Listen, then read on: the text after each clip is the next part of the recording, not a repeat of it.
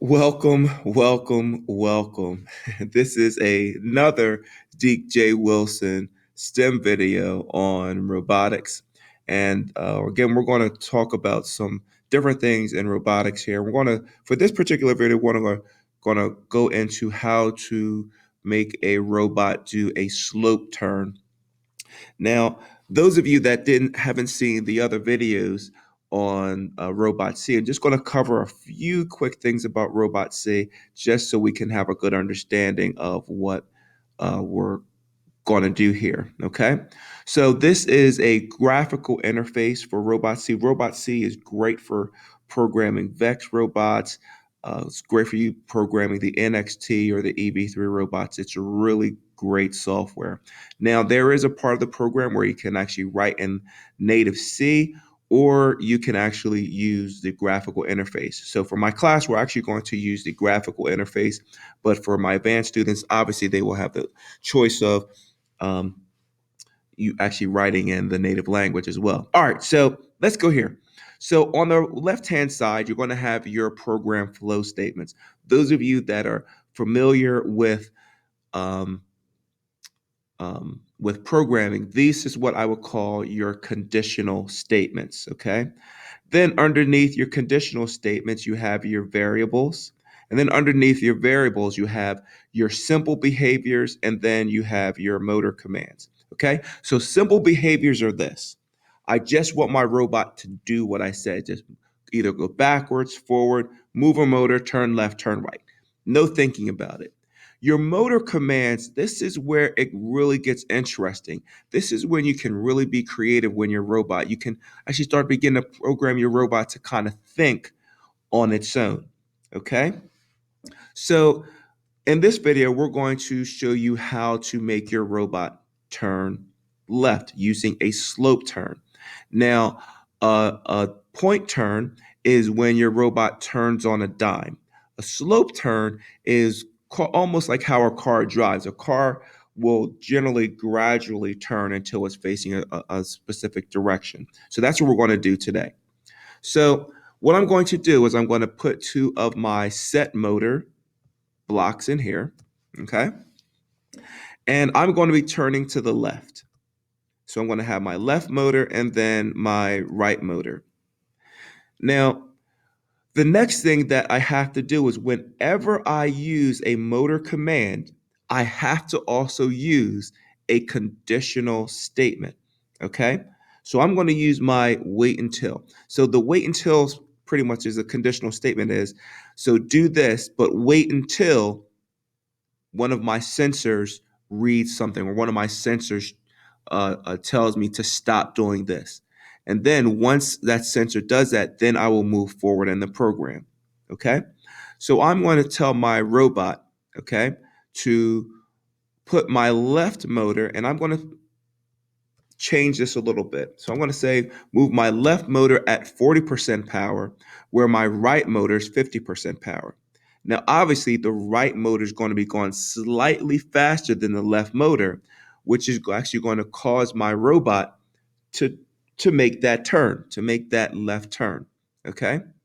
And then I'm going to say, make that turn until my gyroscope heading is less than or equal to 90 degrees. I mean, negative 90 degrees.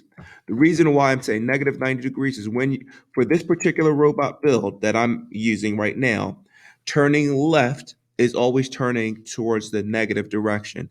And then turning right is always turning in a positive direction. So when I'm turning left, my robot's turning to -1, -2, -3 degrees. And when I'm turning right, it's going positive 1, 2, 3, 4, 5, and so forth. Okay.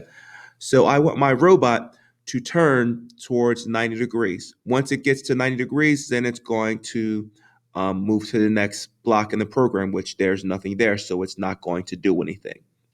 Okay, so I'm going to download this to my program. Now, again, this is one of those awesome things about RobotC, especially if you have the virtual worlds. You can actually program your robot in a virtual reality and see exactly what your robot's going to do.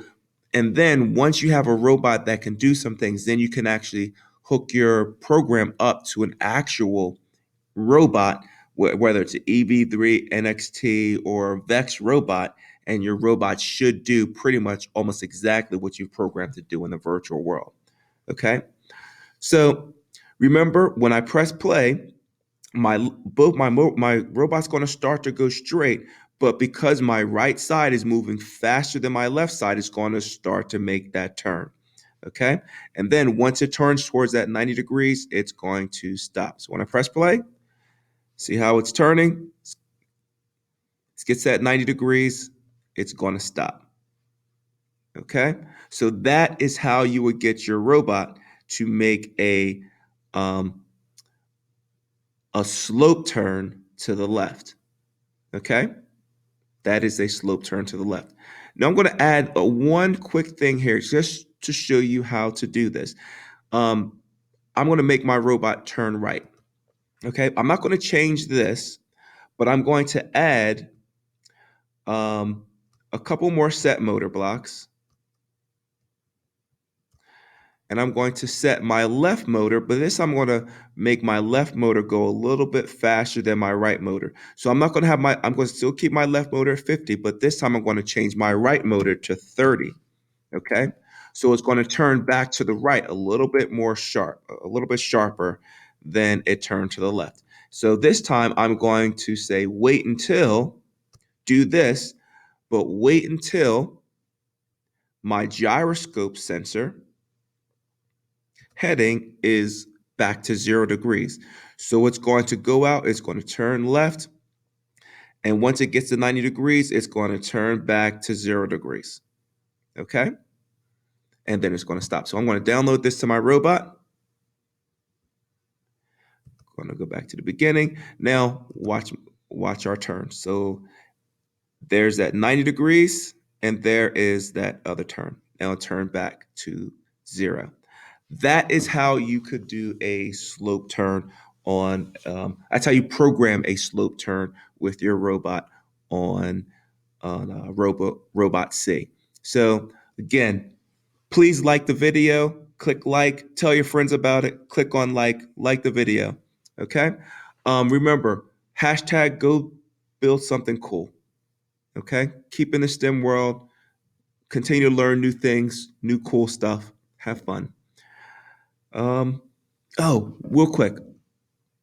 I always keep thinking about things. But I did want to show you, those of you that do use a graphical interface, if you ever do want to learn how to code and actually write script, once you finish writing your code, right, you can actually click on the view tab and then you can actually work right here where it says convert graphical to text file. If you click on this, all right, this actually shows you the code that you just wrote, okay, um, in native C language. Now, again, all of this are the subroutines, but this is the file that I just wrote. Okay, so when you want to learn how to actually write in RobotC and want to learn how to write script, write the program in the graphical interface first, right? And then once you write it in the graphical interface, then you can put it in, you can convert it to the native language, and then this is what you have. And it can tell you everything that you did. All right. Again, hashtag go build something cool. Again, check out the Deke J. Wilson website at jwilsoncte at Weebly. And hope to see you build something cool.